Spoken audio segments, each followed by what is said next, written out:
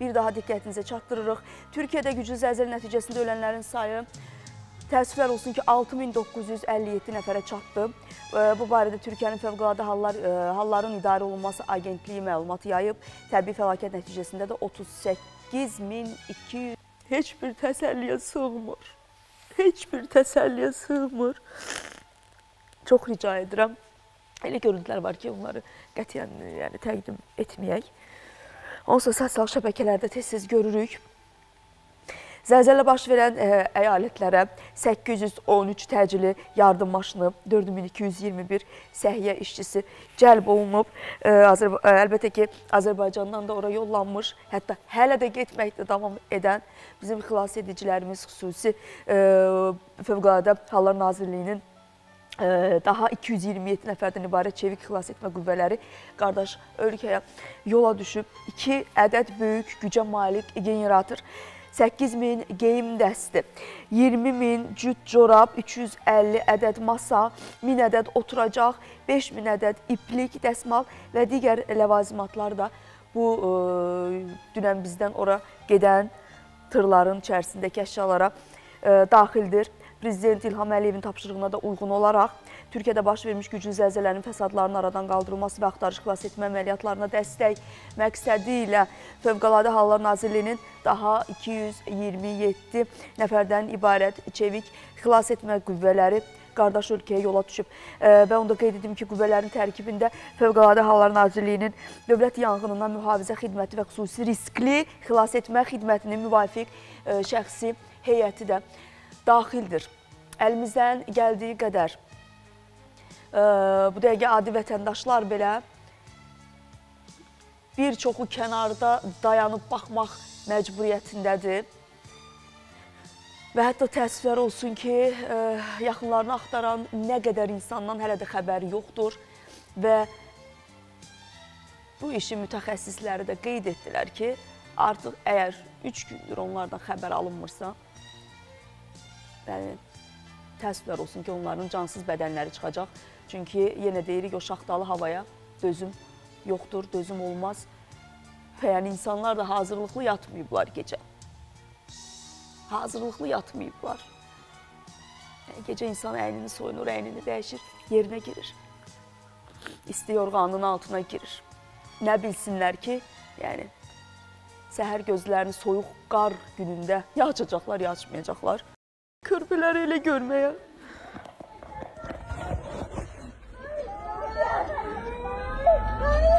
Susadın mı? Çok soğuk. Çok soğuk, tamam. Bir de her yer taş, beton. Tamam, seni alacağız oradan, tamam mı? Tamam, abim bir de burada. Tamam, abini de alacağız. Lütfen bizi bırakmayın. Yok, alacağız seni şimdi. Lütfen. Tamam. Kıpırdayabiliyor musun? Hayır. He? Hayır. Kıpırdayamıyorsun. Tamam. Ayakların kıpırdıyor mu? Hayır. Hayır, çok zor. Lütfen bizi bırakmayın. Tamam, yok, geleceğiz şimdi, tamam mı? Tamam. Haydi. düz 48 saatdən sonra tapılan və oradan çıxarılan gələcək yenə seysmoloji vəziyyətlərdən danışacağıq. Fövqəladə Hallar Nazirliyinin əməkdaşları gələcək bir neçə dəqiqə studiyamıza. Tarixçi alimimiz gələcək. Əslində danışılası o qədər söhbət var.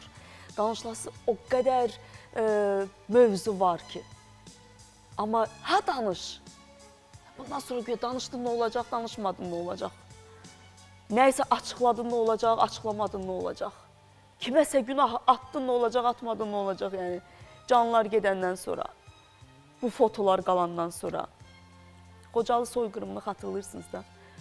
Yəni oradakı şəkillərlə, oradakı fotolarla, oradakı o gözümüzün önündə son nəfəsimizə qədər getməyən o lentlərlə bunun nə fərqi var bu fotoların?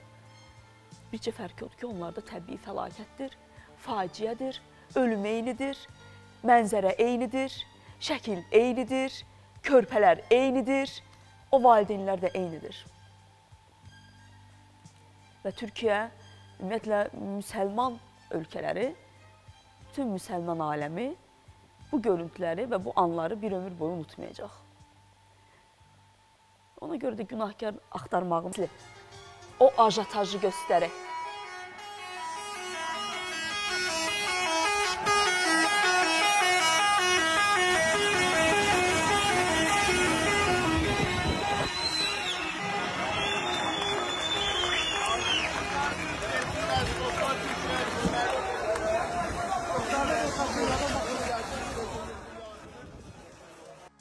Azərbaycanın dünən yola saldığı vətəndaşlarımızın bütün gecə dayanmadan yüklədiyi yataq dəstləri, matraslar, qurtqalar, isti lazım olan hər bir şey və onların özlərinin də bir ricası var idi dünən. Paylaşımlarda da dönə-dönə rica etmişdilər. Gündəlik pratik yeməyə nə varsa, bu konserv ola bilər, atanın əlindəki uşağına apardığı, evdə uşağını görə bilmədiyi, tapa bilmədiyi o bisküvilərdən, peçenyelərdən ola bilər. Su ehtiyacı çox böyükdür və hətta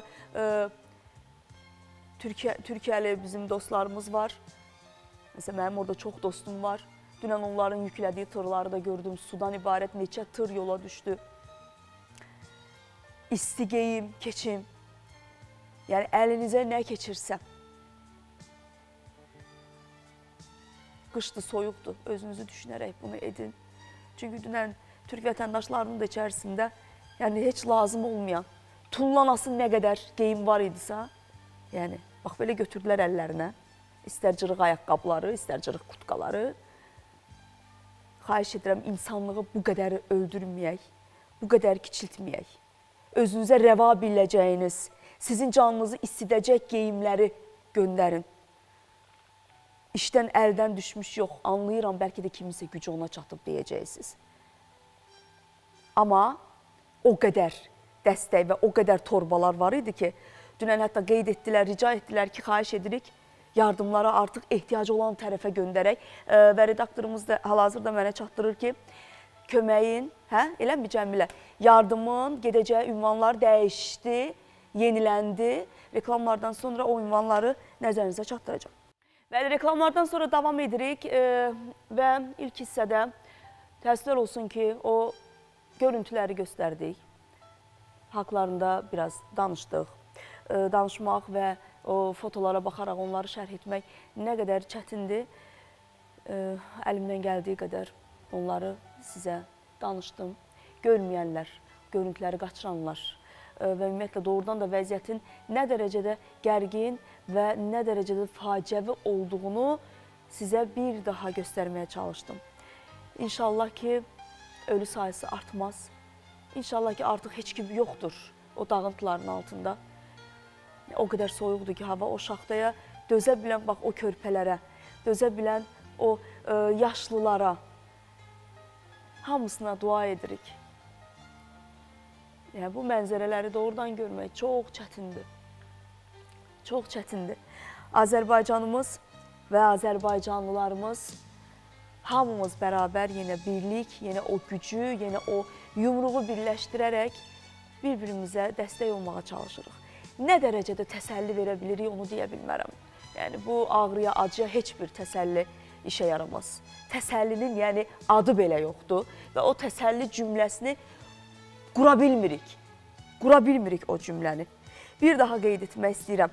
Prezident İlham Əliyevin tapşırığına uyğun olaraq Türkiyədə baş vermiş güclü zəlzələnin fəsadlarının aradan qaldırılması və axtarış xilas etmə əməliyyatlarına dəstək məqsədi ilə Fövqəladə Hallar Nazirliyinin daha 227 nəfərdən ibarət çevik xilas etmə qüvvələri qardaş ölkəyə yola düşüb. Qüvvələrin tərkibində Fövqəladə Hallar Nazirliyinin Dövlət Yanğınından Mühafizə Xidməti və Xüsusi Riskli Xilas Etmə Xidmətinin müvafiq şəxsi heyəti də yer alır, bura daxildir. Axtarış xilas etmə əməliyyatları üçün qüvvələri qardaş ölkəyə çatdıracaq təyyarə Heydər Əliyev Beynəlxalq Aeroportundan Türkiyənin Adana şəhəri istiqamətində yollanır və onu da qeyd etmək istəyirəm ki, bayaq reklama çıxanda da qeyd etdim, yardım kampaniyalarının və bu yığılan yardımların ünvanı dəyişdi, ünvan yeniləndi. Cəmilə, varmı əlimizdə son bu saniyələrə Əziz izləyicilərimiz, Tbilisi prospektində yerləşən Heydər Əliyev kompleksinə yardımlarınızı çatdıra bilərsiniz.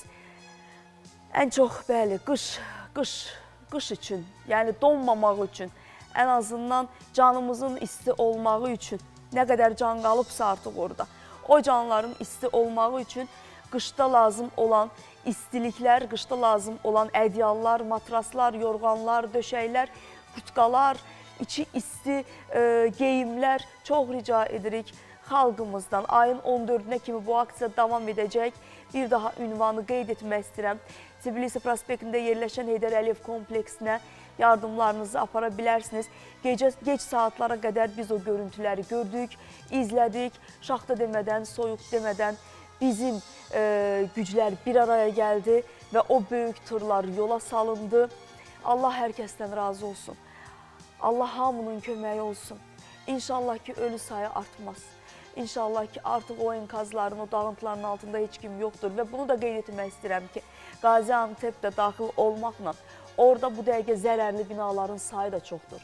Çalışdığımız qədər o binalara yaxınlaşmayaq, o binaların içərisinə daxil olmayaq ki, oradan da artıq birbaşa qohum-əqrabanın evinə yollanan, orada yerləşən türk vətəndaşlarımız var. Bir neçə dəqiqədən sonra biz çalışacağıq ki, WhatsApp vasitəsilə onların bəziləri ilə əlaqə saxlayaq. Xoş gəlmişsiniz. Nə dərəcədə deyə bilirəmsə bu sözü sizə, yəni elə qeyd etmək istəyirəm. Fövqəladə Hallar Nazirliyinin əməkdaşı Mayor Vüsalə Zahirova, xoş gəlmişsiniz Vüsalə xanım. Vüsalə Rafiq qızı, Seysmoloji Xidmət Mərkəzinin şöbə müdürü bizimlə bərabərdir bugün. Və tarix elmləri namizədi BDO-nun Azərbaycan Tarixi Kafedrasının doçenti Boran Əziz. Boran müəllim, xoş gəldiniz. Çox sağ olun. Vaxtımız çatan qədər bu barədə mən düşünürəm ki, həm mənə dəstək ola biləcəksiniz bugünkü efirdə, həm də qulağı heç olmasa bu barədə bir düşüncəsi olan, bu barədə bir bilgisi olan insanlar kimi vətəndaşlarımızı məlumatlandıraq, əlimizdən gəldiyi qədərilə. Əvvəla mən fövqəladə bizim xidmətin işçilərini, fövqələdədə hal-hazırda yanımızda olan, hər kəsə dəstək olan sizi alqışlamaq istəyirəm. Nə yaxşı ki, varsınız. Bilirəm, əlinizdən gələn edirsiniz. Dəstək önəmlidir və bugünkü gün bizdə Fövqəladə Hallar Nazirliyində vəziyyət nədir, o durum nədir? Əvvəla istəyirəm onu sizdən öyrənim. Hər kəs bilsin bunu. Hər vaxtınız xeyir olsun. Bəli, doğrudan da biz hamımız artıq 3 gündür ki, nigarançılıq içində Türkiyədən gələn xəbərləri izləyirik. Hər xəbər bizim dərindən sarsıdır. Fövqəladə Hallar Nazirliyində Türkiyədə baş vermiş zəlzələ haqqında məlumatlar daxil olan ilk andan Cənab Prezident İlham Əliyevin tapşırığı ilə artıq Çevik Xilasetmə qrupu Türkiyəyə yardıma getmək üçün, yəni xilasetmə əməliyyatlarında iştirak etmək və axtarış xilasetmə əməliyyatlarına dəstək göstərmək üçün artıq yola düşməyə hazırlaşdılar. Artıq qeyd olunduğu kimi, yəni cəmiyyətdə də məlum olduğu kimi artıq ilk partiya 400 nəfərdən ibarət olan Çevik Xilasetmə qrupu ora getdi. Onlar Adana şəhərindən artıq Kahramanmaraş bölgəsində paylanaraq xilasetmə əməliyyatlarında iştirak edirlər. Bundan əlavə elə bu saatlarda bir neçə saat bundan əvvəl 227 nəfərdən ibarət daha bir xilasetmə dəstəsini aparan təyyarə Adana şəhərinə yola düşüb. Onlar da inşallah sağ-salamat ora çatıb və onlar da həmin əməliyyatlara qoşulacaqlar. Vətəndaşlar çünki qorxur artıq. Yəni, hamı əlindən gələn etməyə çalışır. Görüntülərdə də neçə gündür görürük. Amma əlbəttə ki, bu işi bilən, bəli, əlbəttə peşəkar xilasedicilər lazımdır. İnsanlar bəlkə də oradan sağlam bir can çıxardacaqlar. Bəli, yeri gəlmişkən onu dedim ki, son əldə olunan məlumatlara görə Azərbaycan xilasediciləri orada 16 nəfər, onlardan 3 uşaqdır, az yaşlıdır. 3 az yaşlı olmalı 16 nəfər dağıntılar altından sağ çıxardıblar. 29 nəfərimiz isə cəsədini çıxarıb adiyyəti üzrə təhvil veriblər. Biz nə deyə bilərik? Yəni, zəlzələ doğrudan çox mürəkkəb bir fövqəladə haldır, yəni mürəkkəb bir fəlakətdir. Nə vaxt insan harada haqlayacağı, nə güclü olacağı, özü ilə nələr gətirəcəyi doğrudan bilinmir. Unuduruq çox vaxt. Bəli, yəni bugün Türkiyə və Türkiyə ilə birlikdə onun dostları, qardaşları böyük bir sınaq qarşısındadılar. Biz hamımız bu sınaqdan inşallah uzaq çıxmağa çalışırıq və hər kəs əlindən gələn etməyə çalışır. Mən onu deyə bilərəm ki, Azərbaycan xilasediciləri həqiqətən öz işlərini bilən, öz işlərini çox peşəkarcasına, istər psixoloji olsun, istər insani keyfiyyətlərinə, istər peşə hazırlıqlarına görə kifayət qədər yüksək səviyyəli insanlardır və onlar əllərindən gələni edəcəklər ki, yəni nə qədər mümkündür insan xilas eləsinlər, nə qədər mümkündür orada xilas edicilərə dəstək olsunlar, bu işlərin görülməsində öz töhfələrini versinlər.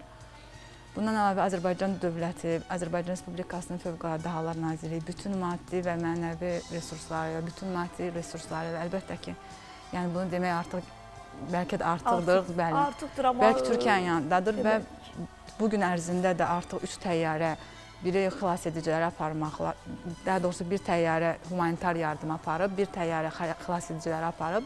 Bundan əlavə isə Fövqəladə Hallar Nazirliyinin 13 xüsusi avtomobili ilə, xüsusi təyinatlı avtomobili ilə humanitar yardımlar aparılıb Kahramanmaraş bölgəsinə və həmin yardımlardan 375 çadır, 440 çarpayı, 20.000 isti corab, 8.000 isti geyim, 2 böyük güclü generator, 9 qızdırıcı.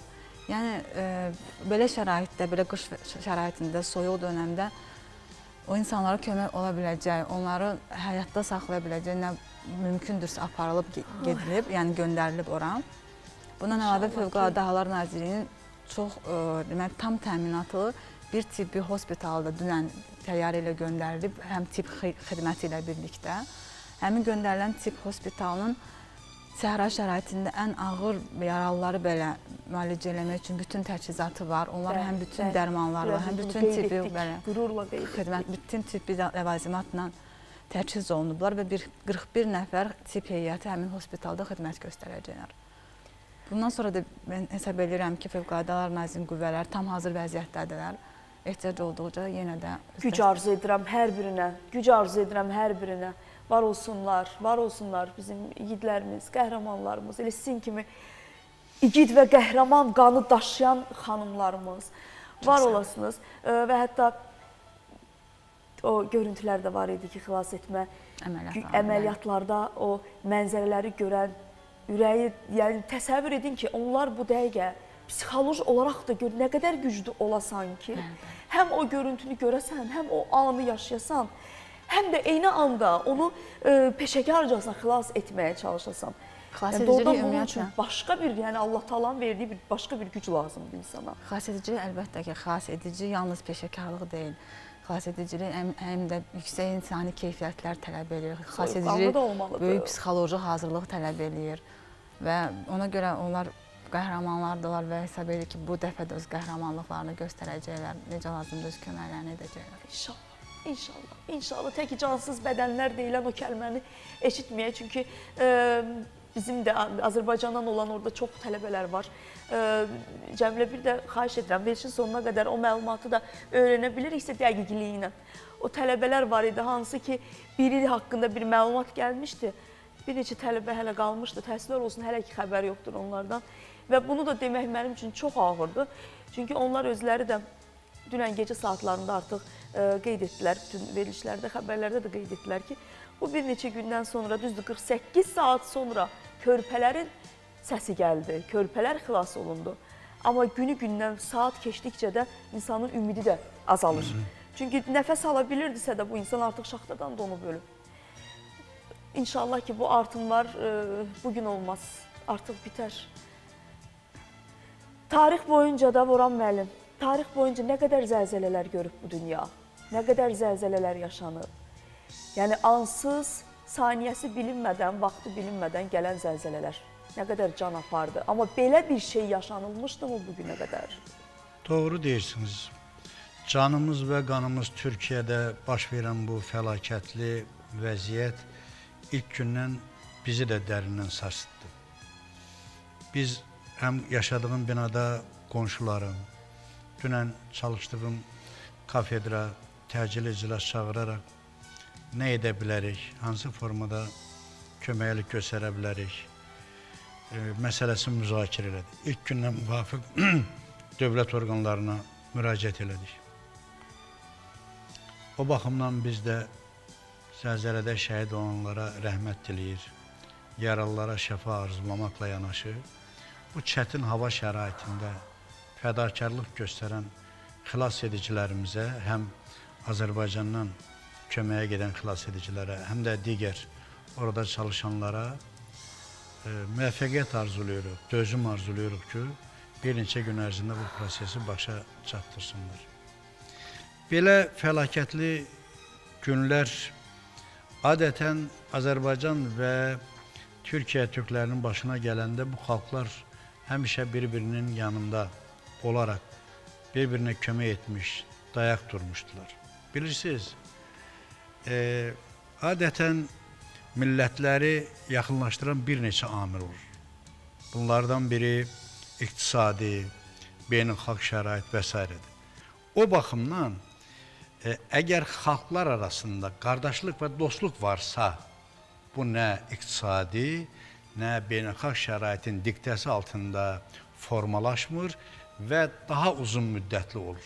Təbii ki, xalqlarımız arasında bu dostluq, qardaşlıq, bu mənəvi tellər o qədər güclüdür ki, bunu heç nə ilə zəiflətmək mümkün deyil və birinci gündən də xalqımızın dərhal fəlakətə uğramış insanların Türk hökumətinin yanında olmasını ürəkdən bildirməsi tamamilə təbiidir və şübhəsiz ki, dövlətimizin dərhal reaksiyası, lazım köməklik göstərməsi də insanlar bir qədər də şübhəsiz ki, ruhlandırdı. O baxımdan da biz xalqımızın Türkiyəyə belə rəğbət bəsləməsi, bu fəlakəti özünün bacı və qardaşlarının başına gəlmiş fəlakət kimi qarşılaması təbiidir. Çünki biz tarixdən 1918-ci ildə Bolşevik, Daşnak, Rus, erməni işğalçılarının hücumuna, soyqırımına məruz qalarkən sanki heç bir yerdən kömək gəlməyən bir xalqa qəflətən Nuri Paşanın rəhbərliyi altında xilaskar ordunun gəlməsi əlbəttə heç kəsin yadından çıxmıyor. Minnətdarlıqla yad edirik. Eyni zamanda onlar Bakımızı yadelli işğalçılardan azad edərkən 1200-ə qədər şəhid vermişdilər və bizim çiynlərimizin borcudur ki, onları hər il həm yad eləyək, həm də belə günlərdə biz də onların yanında olduğumuzu bütün vasitələrlə bildirək. Amma sizə deyim ki, tarixi qaynaqlarda xalqımızın da həmişə onların yanında olduğu, onlara əl tutduğu, köməklik göstərdiyi məlumdur. Məsələn, 1915-ci ildə Sarıqamış məğlubiyyətindən sonra çarizmin və ermənilərin qoşunları Qars, Ərdahan, Ərzurum və onun yörəsindəki insanları soyqırma məruz qoymuş, evlərini yandıraraq yaşanmaz hala salmış. İnanın ki, məsələn, 1915-ci ildə Yeni İqbal, Kaspia qəzetlərində məlumat verilirdi ki, Xosrov bəy Sultanov, günlərlə oraları gəzərkən biz bir dənə də insana rast gəlmirdi, çünki hamısı öldürülmüşdü. Yalnız az sayda qadın, qocaya, uşağa rast gəldik. Cəmi 5-6 kişi vardı ki, onlar da hədsiz dərəcədə qocalmış insanlar idi. Ən acınacaqlı hal orada uşaqların kimsəsiz qalması idi və çox ürək ağrıdıcı bir mənzərə idi ki... Ona görə də verilişimizin elə ilk dəqiqələrində də bəzi hətta o zəlzələ fotolarını, oradakı görüntüləri mən bizim tarixdə baş vermiş Xocalı faciəsinin şəkillərindən o qədər çox bənzətdim ki, Sərxan, o görüntüləri biz onsuz da bir ömür boyu unutmarıq və bu zəlzələnin də faciəvi görüntülərini, ana və övladın gecə yataraq o donmuş bədənlərinin şəklini, biz o övladının əlini tutan atanın, çarəsiz gözləyən, boynunu büküb dayanan atanın, yəni bu görüntüləri heç bir zaman unutmayacağıq.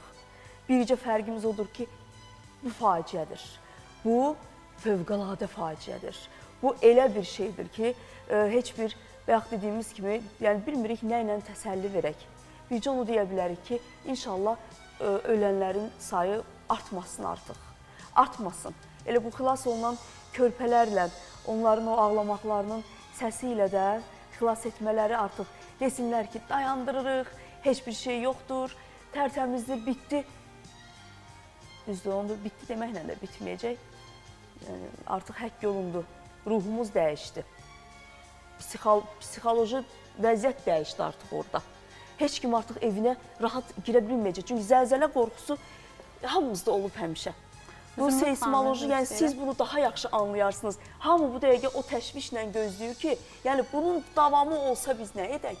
Olacaqmı davamı? Mən sizə demək istəyirəm ki, ümumiyyətlə birinci tamaşaçılarımızı da salamlayıram. Sizi də qardaş Türkiyə xalqına başsağlığı veririk. Onların dərdi bizim də dərdimizdir. Amma Türkiyə xalqı tarixən də belə zəlzələlərə, belə deyək də, başına gəlib. Çox uzağa, bəli. 99-cu ildə İzmitdə baş verən zəlzələ olmuşdu və həmin zəlzələdə 18 minə yaxın Türkiyənin itkisi olmuşdu. Həmin indi baş verən zəlzələ ərazisində 100 il əvvəl də belə bir zəlzələ olub. Dəhşətli dağıcı zəlzələ. Yəni bunun, belə deyim, Türk xalqı böyük xalqdır, qüdrətli xalqdır. Çox şeyləri atıladıb, bunu da atıladacaq. Təbii ki, o insanların ürəyində o yaralar sağalmır. Hamımızın insanlıq halımız var. Və o insanlıq halında o yaralar, insanın həyatda aldığı yaralar heç vaxt unudulmur, xalqın da yaddaşında qalır. Amma belə götürəndə Türkiyənin ərazisi seysmik bölgədir. Regionda ən aktiv bölgələrdən biri Türkiyənin ərazisidir. Demək olar ki, bütün ərazisində qırılmalar gedir, seysmik qırılmalar gedir. Və ən böyük elə qırılma Şərqi Anadolu xətti keçir və hal-hazırda baş verən zəlzələnin epitsentri, ümumiyyətlə zəlzələ ocaqları qırılmaların üzərində yerləşir. Onun üzərində yerləşir və ona görə zəlzələ çox böyük oldu, gücü böyük oldu, dağıtıcı oldu, dəhşətli oldu. Hətta ondan sonra gələn avtoşoklar da çox güclüdürlər. Bəli, davamlı olaraq. Biz özümüz qeydə alırıq. Mən indi sizin verilişinizə gəlməmişdən qabaq bizim bürodan məlumatı götürdüm. Zəlzələdən sonra 934 avtoşok qeydə alınıb. Və bunların bir hissəsi, haradasa 500-ə yaxını ML 3-dən aşağıdır magnitudası. Hansı ki, onu insanlar çox vaxt hiss eləmirlər. Fərd olaraq kimsə hiss eləyə bilər. Amma qalan hissələri hiss olunan zəlzələlərdir. 4 bal, 5 bal bunlar. Hətta elə əsas təkandan sonra olan təkan özü də güclüydü, kifayət qədər güclüydü. Yəni ki, əsasən bunu seysmologlar birinci gələn dalğaya biz forşok deyirik, hansı ki, dağıdıcılığı o eləyir. Və birinci dalğa ilə ikinci dalğanın arasında vaxt çox az oldu. Təxminən 10 dəqiqəyə yaxın oldu və ikinci dalğa birincidən biraz az oldu. Yəni 7.8, 7.6. Mən bu mövzuya davam edəcəm Müsalə xanım. Çünki bu dəqiqə hamımızın ürəyində bir qorxu var. Onun sualını mən sizə ünvanlayacağım, amma qısa araya mütləq keçməliyik. Bəli, davam edirik. Mən Müsalə xanıma elə o sualı ünvanlamağa hazırlaşırdım ki, reklam arası gələn ən son məlumat nədir Cəmilə xanım? Oy. Dünyası dəyişənlərin sayı 7000-i keçdi. Və hazırlaşırdım o sualı verim Müsalə xanıma. Bu seysmologlar bunu təbii ki, daha yaxşı bilərlər. Hamının bir qorxusu var ki, İstanbula qədər o zəlzələ gəlib çata bilərmi? Amma indi aldığımız məlumata görə Kahramanmaraşda 4,2 bal gücündə. Nə vaxt oldu? Bugün günorta saatlarında və bir də Malatya'nın Gülüm Qurşağı kəndində də 4,4 bal gücündə təəssüf ki, zəlzələ qeydə alındı. Yəni, bu nə vaxta kimi belə davam edəcək? Onların seysmoloqları nələr deyirlər? Yəni, bilirəm ki, siz onsuz da xəbərdarsınız. İstanbul ayaq üstədir bu dəqiqə. Bütün vətəndaşlar, hamı indi olacaq, bu dəqiqə olacaq qorxusu ilə yaşayırlar. Və o qorxu bu dəqiqə hamımızın içindədir. Yəni, bunu gözlərimizə baxanda onsuz da hiss edirik. Bir yandan da dəniz səviyyəsinin qalxmağı, hava şəraiti onsuz da kəskin dəyişib. Yəni, necə olur ki, bir təbiət fəlakəti bu qədərmi kompleks şəklində yaşana bilər?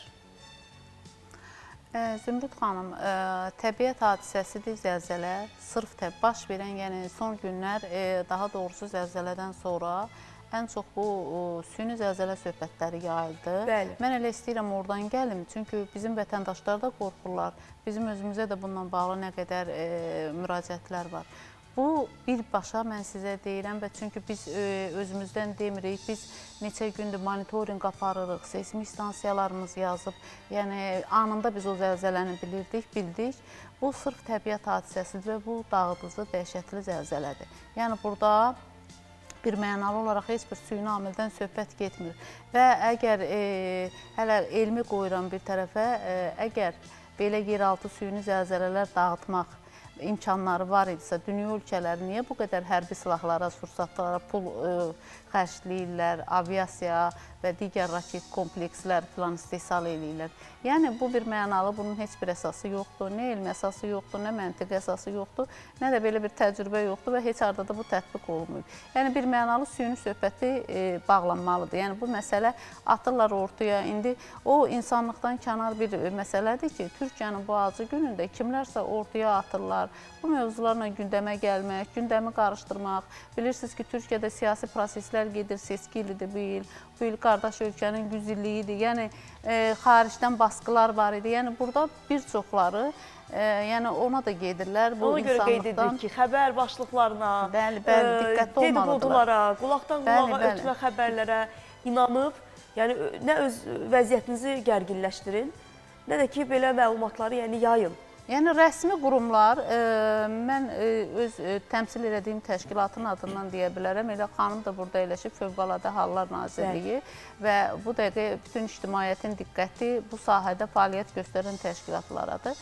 Biz zəlzələnin ilk anından ayaqdayıq, bütün dövlət qurumları ayaqdadır və biz bütün prosesi bilirik. Təbii ki, hər kəs öz üzərinə düşən vəzifəni yerinə yetirir. Türkiyənin AFAD-ın Zəlzələ Departamentindən biz əməkdaşlıq edirik, qarşılıqlı məlumat mübadiləsi gedir. Oradakı prosesi də bilirik. Bizdə bizim burada saniyədə o gələn məlumatlar var. Onların da emalını davamlı olaraq gedir bu proses. Yəni 7-24 bizdə onlayn sistemdir və orada iş heç vaxt dayanmır. Sadəcə siz məsələnin o tərəfinə ki, İstanbul deyirsiniz. Ümumiyyətlə, demək belədir ki, Türkiyənin ərazisi həddən artıq seysmik aktiv bölgədir və orada çoxlu qırılmalar var. Bu qırılmalar filtələrin hərəkəti zamanı yaranmış qırılmalardır və zəlzələ ocaqları, bayaq da dedim mən sizə, həmin qırılmalar boyu düzülüblər. İndi baş verən zəlzələ güclü dağıcı zəlzələdir və o yaxın ətraflarda hansısa ocaqlara müəyyən qədər təsir eləyə də bilər, eləməyə də. Yəni, bir mənalı bu suala cavab vermək mümkün deyil. Çünki bu yerin təkində gedən prosesdir. Zəlzələlər ocaqları, daha doğrusu zəlzələ ocaqları 10 min, 20 min, bəzən 8 kilometr dərinliklərdə olur, yəni müxtəlif dərinliklərdə yerləşir. Amma o ki, indi bugün siz dediniz, qeydə alınıb yeni təkanlar. Mən sizə dedim ki, bayaq da dedim, mən bu verilişə gələnə qədər 934 avtoşok bizim tərəfimizdən qeydə alınıb və onun içində hiss olunanlar da var. Və zəlzələ ocağı nə vaxt sönəcək, ona qədər bu proses orada gedəcək. Ta ki, orada ocaqda sönmə gedəcək, enerji boşalması tam başa çatacaq. Ondan sonra bu hiss olunan təkanlar yavaş-yavaş səngiyəcək və ocaq tam sakitləşəndən sonra fon səviyyəsinə düşəcək. Amma bal olaraq, yəni 4 baldan yuxarı qalxa bilmə ihtimal var mı? Yox, o tək 4 bal olmayıbdır. Mən səhər tezdən götürüb baxmışam. Olan avtoşokların içində 2 də var, 3 də var, magnitudası, 3.1 də var. Bəli, 4 də var, 4 indi bayaq oldu, amma 4 dünən də olmuşdu. Dünən 3 dənəsi olmuşdu hiss olunan. Yəni, onların içində hiss olunan da ola biləcək, hiss olunmayan da. Yəni, bu tam, belə deyək, xarakterik məsələdir seysmoloji baxımdan ki, zəlzələ ocağı sönməyə doğru gedəndə baş verən avtoşoklardan güclüsü də ola bilir, zəifi də ola bilir. Amma ta ki, ocaq sönənə qədər bu proses gedəcək. Ocaq nə vaxt sönəcək, bunu heç kəs dəqiq deyə bilməz.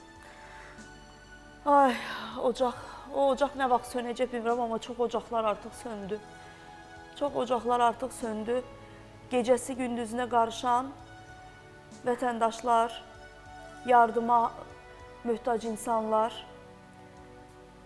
və Azərbaycandan yollanan yardım kampanyaları öz ünvanına yetişib və bir daha qeyd etmək istəyirəm ki, yardım kampanyalarına qoşulmaq istəyənlər, hal-hazırda bizi izləyən, evdə doğrudan da imkanı çatacaq qədər isti geyim, isti əlinizə nə keçirsə, göndərmək istəyən insanlar. Necə ki, dünən geç saatlara qədər paytaxtımızda o canfəşanlıq hiss olunurdu, görünürdü, görüntülərdən də görürdük. Bir daha qeyd etmək istəyirəm ki, yardımı götürəcəyiniz yer, ünvan dəyişdi. Tbilisi prospektində yerləşən Heydər Əliyev kompleksinə öz dəstəyinizi, yardımınızı çatdıra bilərsiniz. Qaziantepdən Nuray Yıldız, zəlzələnin ən çox fəsad törətdiyi, fəsadlar yaşatdığı bölgələrdən birində yaşayan Nuray Yıldız. Nuray xanım. Efendim? Keçmiş olsun. Çok teşekkür Başınız ederiz. sağ olsun. Sağ olun, çok sağ olun. Oradakı son durum, son vəziyyəti mən bir vətəndaş olaraq sizdən öyrənmək istəyirəm. Çünki siz indi dağıntılar olan evinizə girə bilmirsiniz. Təkanlar var çünki. Biz şu anda kendi evimizde ikametgah edemiyoruz. Çünkü evimiz depremde yıkılmadı ama çok fazla hasar gördü. O yüzden şu an güvenli olduğu için halamların evinde bulunmaktayız. Ama burada da şu anda doğal gazımız kesildiği için hiçbir şekilde ısınamıyoruz. Yemek yapamıyoruz. Nuray xanım, o qulaqcığı yenidən taxa bilərsinizmi qulağınıza? Biz gözləyirik. Tamam. Səsiz, həm də Şu daha an sesim təmiz. geliyor mu? Gəlir, indi gəlir. Deməli, dağıntılıdır deyə ev, siz ora qayıda bilmirsiniz. Nuray xanımı görün, bağlaya biliriksə təzdən, yenidən. Yəni, insanların bu qorxusu nə vaxt, yəni bu qorxu ilə artıq onlar öz evlərinə məncə ümumiyyətlə qayıda bilməyəcəklər. Nuray xanım, Efendim? eşidirik biz sizi. Orada çoxmu hal-hazırda elə hasarlı binalar var? İnsanlar bəs hardadılar, nə Evet, edirlər? Şehir merkezinde çok fazla hasarlı binalar var. İlçelerde çok fazla hasarlı binalar var. Biz şu an güvenli bir yere geçtik. Ama insanlar çok fazla korktukları için şu anda herkes dışarıda geçiriyor geceyi. Genelde gece ufak artlardan dolayı sarsıntılar oluyor. Suyumuz olmadığı için şu an insanların hepsi, bakın camide sadece su veriliyor ve şu an herkes burada su alma çabası içerisinde. Çünkü içecek suyumuz dahi yok. Allah yardımcınız olsun. Allah köməyiniz Çok olsun. sağ olun. Azərbaycanlılar olaraq, Azərbaycan olaraq yanınızdayıq. Kaş ki Çok sizə, teşekkür kaş ki ederiz. sizə təsəlli verə bilsəm. Yani gerçekten burada herkesin çok fazla yardıma ihtiyacı var. Hava çok soğuk. Hala yerlerde karlar var. Soğuktan dolayı don oluyor. Küçük çocuklar çok korkmuş durumda. Yani dediğim gibi herkes arabada geçiriyor gecesini. Benzin bulamıyor kimse. Bu yüzden arabalarında ısınamıyorlar. Yani tüm dünyadan bize yardım istiyoruz. İnşallah. Təşəkkür edirəm sizə bağlandığınız üçün. Rica ederim. Bəli, Azərbaycan hər halda, Azərbaycan hər vəziyyətdə sizin yanınızdadır. Və əlbəttə ki, tək Azərbaycanla da, Müsalə xanım, Azərbaycanla da kifayətlənməyək. Türkiyənin özündə də yardım kampanyaları bu dəqiqə demək olar ki, bütün dünyadan gəlir. Bütün dünyadan axın olur. Və hətta dünən də bir paylaşım etmişdilər ki, bəzi yardımları saxlayaq, çünki onları yerləşdirməyə yer yoxdur. Həm onsuz da dağıntılar, həm o qədər paketlər, həm o qədər yardım. Amma əlbəttə ki, yenə qeyd edirəm, isti geyimə, suya və praktik yeməyə bu konservlər ola bilər, peçenyelər ola bilər, orada az yaşlı uşaqlar var. Yəni xəstəxanalar artıq çatdırmır, əgər sağlam xəstəxana binası qalıbsa orada, təbii ki. Bəli, düz deyirsiniz.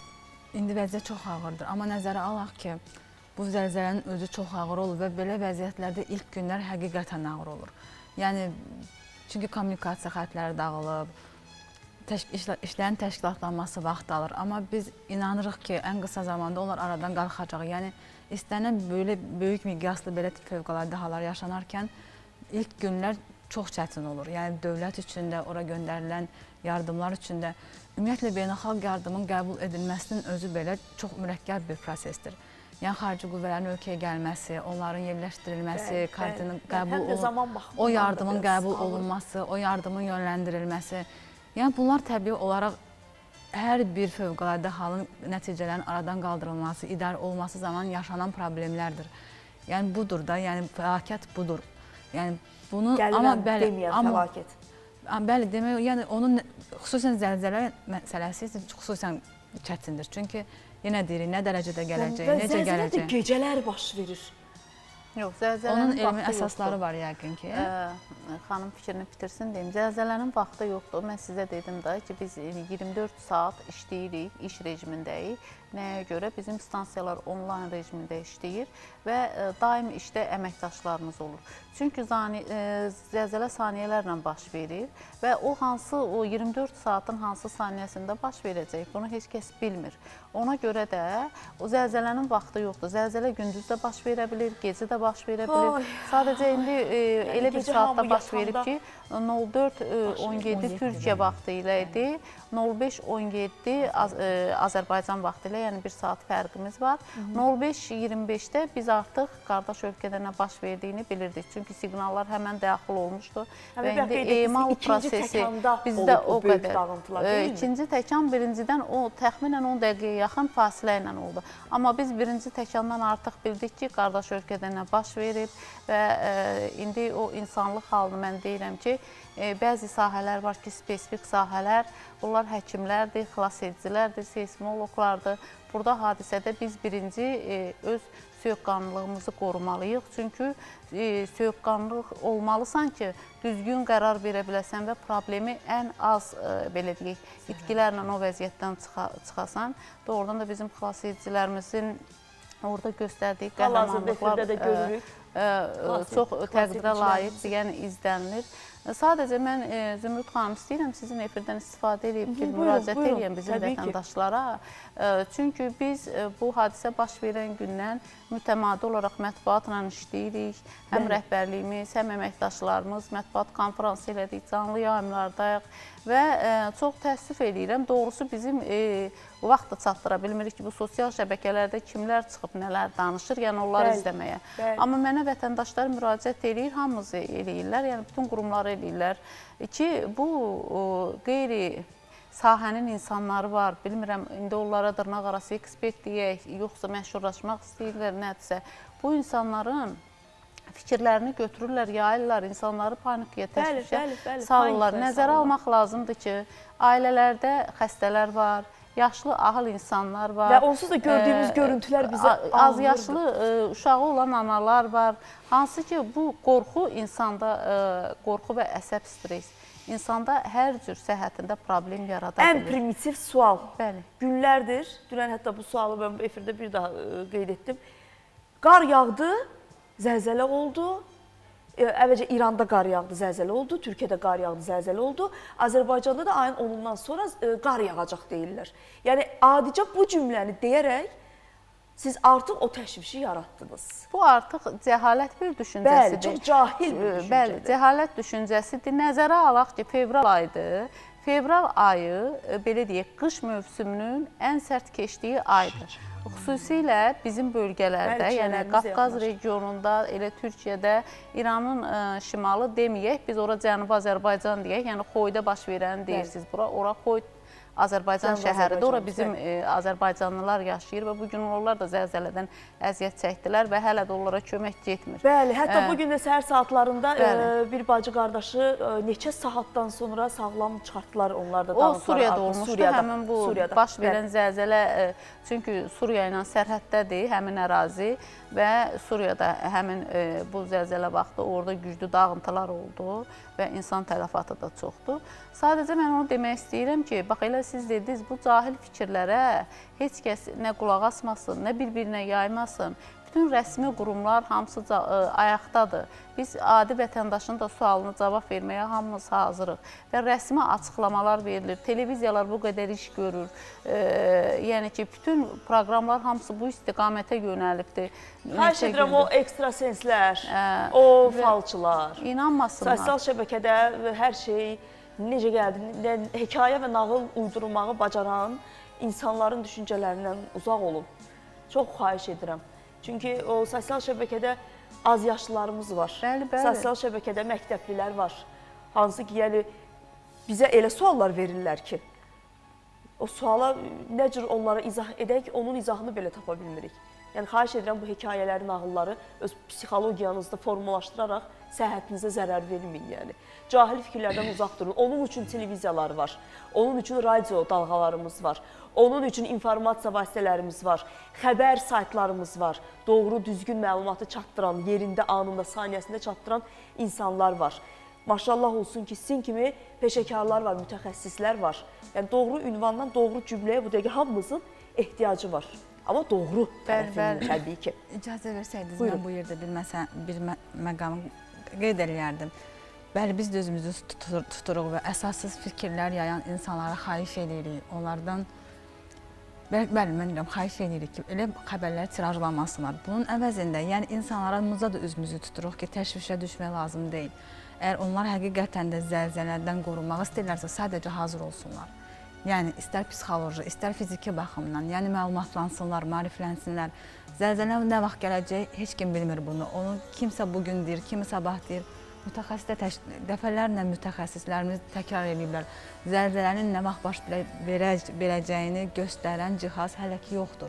Heç bir elə bir hesablama yoxdur. Bəlkə kimsə enerji yığılmasını hesablayır, yəni ərazilərdə və yaxud tavalarının hərəkət eləməsini hesablayırlar. Amma zəlzələnin baş verəsini biz heç kim bilmirik. Bizdən tələb olunan sadəcə hazır olmaqdır, maariflənməkdir. Yəni, zəlzələ zamanı necə davranacağıq? Zəlzələdən daha az zərər görmək üçün nələr etməliyik? Adi bir elementar bir məsələni deyim mən sizə. Biz evlərimizin interyerini qurarkən zəlzələni nəzərə alırıqmı o interyeri quranda? Məsələn, dolabları yerləşdiririk. O dolabları müvafiq vasitələrlə divarlara, tavanlara bərkidirikmi? Çünki zəlzələ zamanı insanlara ən çox zərər vuran məhz elə belə düşən dolablar, göydən və yaxşı tavana bərkitmədiyimiz, yaxşı bərkitmədiyimiz çılçıraqlardır. Və yaxud da çox müasir və bahalı olsun. Və yaxud da çıxışlara yığdığımız mebel əşyalar, artıq lazımsız əşyalar. Siz artıq görmürsünüzmü o görüntüləri? Türkiyədə nələr istehsal edirlər? Evdə bir baba dünən paylaşım etmişdilər, hətta sırağa gün paylaşım etmişdilər. Neçə ton yükə dayanıqlı materialdan artıq evlərdə belə balaca çadır kimi yerlər qurulur. Hətta televizorun arxasında kişi onu elə gizlətmişdi ki, bir baba elə gizlətmişdi ki, və açdı içini də göstərdi ki, baxın burada aləti, yəni şarj etməyə qədər hər şeyi kişi hazırlayıb. Sığınacaq kimi və çox pratik, çox da özəl bir sığınacaq. Mən düşünürəm ki, artıq çoxları ondan nümunə götürəcək. Yəni, biz üzümüzü əhaliyə tutub hazır olmaqlarını tövsiyə edirik. Yəni, maraqlansınlar. Yəni, kiminsə gəlib onlara nəyisə öyrətməyə lazım deyil. Bunun üçün, məsələn, mən Fövqəladə Hallar Nazirinin əməkdaşı olaraq deyirəm, Fövqəladə Hallar Nazirinin rəsmi internet portalı var. Orada əhalinin maarifləndirilməsi bölməsi var. Və həmin maarifləndirilmə bölməsində ağlınıza gələn istənilən fəlakətlə bağlı davranış qaydaları yer alır. Yəni, özünüzü itirməmək ən başlıcasıdır. Mən sizi inandırırım ki, təşvişə düşməməyin birinci şərti məlumatlı olmaqdır. Yəni, nə qədər məlumatlısansa, necə deyərlər, o qədər silahlısan. Yəni, bunun üçün biz əhalini maariflənməyə çağırırıq. O diletant səslənən fikirlərə də inanmamağın birinci bizim əlimizdə əsas odur ki, biz həqiqəti bilirik, biz hazır oluruq. Yəni, çox şey deyə bilərlər, amma bizdən asılı olan, bizim etdiyimiz hazır olmaqdır. Yəni, zəlzələdən əvvəl, zəlzələ zamanı, zəlzələdən sonra necə davranmalıyıq? Bunlar haqqında maariflənməyi tövsiyə edirik biz əhaliyə. Mən bir əlavə edeyim ki, xanımın dediyinə, burada hazırlıq deyəndə, yəni zəlzələ olacaq kimi anlamasınlar. Psixoloji hazırlıqdan gedir söhbət. Yaponiya zəlzələnin ən çox baş verdiyi və zəlzələdən ən çox əziyyət çəkən ölkədir. Yaponiyada axırıncı zəlzələ olanda elan eləmişdilər ki, o okean çıxışlıdır və orada tsunami baş verə biləcək. İnsanlar binaların damından sadəcə o prosesi izləyirdilər çox sakit şəkildə. O görüntülər var, internetdə də var.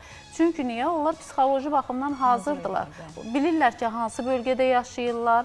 Bunlarda daim zəlzələ ehtimalı var. güclü də ola bilir, zəif də ola bilir və maarifləndirmə o istiqamətdə o qədər aparılıb ki, Yapona deyəndə ki, sizin ərazinizdə zəlzələ ola bilər, o deyir ki, onsuz da bu olur. Yəni, bu ola biləcək, bu mənim yaşadığım ərazidir. Və bir məlumatı da deyim, ümumiyyətlə tək bizim regionumuz deyil, tək Türkiyə deyil. Dünyada məskunlaşma, insan məskunlaşması 90% seismaktiv bölgələrdədir. Çünki o ölkələrdə yaşayış yerlərinin seçilməyində, quruluşda təbii ki, yaşayış yerlərində insanlar o yerlərdə məskunlaşma gedəndə elə bir yerlər seçilir ki, orada insanlar üçün gələcəkdə hansısa kommunikasiyalar qurula bilsin. Yəni, bir çox amillər var da burada. Mən onları sadalayıb vaxt aparmaq istəmirəm. Amma 90% dünyada İnsanların yaşadığı ərazilər seismaktiv bölgələrdir. Qalan 10% isə yüksək dağlıq ərazilərdir. Hansı ki, dünyada dağ əmələ gəlmə prosesləri, cavan dağ əmələ gəlmə prosesləri gedən ərazilər var. Yəni, litosferdə bu proses daim gedir. Heç kim yaşadığı ölkədən, yaşadığı yerdən heç ara gedəsi deyil. Sadəcə burada bir məsələ var ki, xırda zəlzələlərin olması və bizim məsələn elə bir saytımızda magnitudası 3-dən yuxarı olan zəlzələləri daim veririk. Niyə? Çünki xırda zəlzələlər enerji boşalmasını aparırlar. O xırda zəlzələlərin olması ona görə yaxşıdır ki, o böyük zəlzələlərin olmasının qarşısını alır. Amma yenə də deyirəm, bu cəhalətə son qoymaq lazımdır. Medianı izləsinlər, rəsmi qurumlar izləsinlər, nə suallar var müraciət eləsinlər. İnsan övladı, insan övladı. İnsan övladı heç bir zaman heç nəyə hazırlıqlı deyilik, heç bir zaman da olmadıq. Ələxüsus da təbii fəlakətlərin qarşısında acizik, yəni Allah Taalaya sığınırıq. Allah qorusun. Vəssalam, Allah hamını qorusun. Türk dünyasını qorusun. Boran müəllim, çox qısa Türk qardaşlarımıza, sizin də ismarcınıza Allah bitirdik verilişimizi. Türkiyə dövləti seismaktiv zonada olduğuna görə dövlət xeyli dərəcədə buna hazırlaşır. Biz şahidik ki, onlar dəfələrlə təlimlər keçiblər, insanlara təlimatlar veriblər və çətin də olsa bir müddət sonra bu yaraları sağalda bilibdir. Bu, onun həm də səbəblərindən biri Türkiyədə dövlət və millət əlaqələrinin, dövlətin millət üçün yaşadığının göstəricilərindən biri idi. Ona görə də Türkiyənin dövlət rəhbərləri və siyasi şəxsləri natamamlıq komplekslərinə qapılmır. Yardım eləmək istəyən bütün dövlətlərin çağırışlarına müsbət yanaşırlar. Amma biz şahidik, təəssüf ki, İranda, Xoyda olan insanlar zəlzələyə məruz qalarkən o hökumət nə Türkiyənin, nə də Azərbaycanın yardımına müsbət cavab vermədi. Və bu dövlətin insanlara olan münasibətinin göstəricidir. Bu baxımdan Türkiyə dövləti insanlara belə münasibət bəslədiyinə görə bu ağır vəziyyətdən də özü ağ çıxacağına və onu qısa bir müddətdən sonra aradan qaldıracağına ümidliyirik. Çox doğru, çox doğru. Biz də Türk olaraq Türklərimizin yanındayıq, deyil? Aha, Heydər Əliyev Fondu tərəfindən təşkil olundu. Növbəti bir yardım kampaniyası üçün ünvan deyirəm sizə tamaşaçılarımız.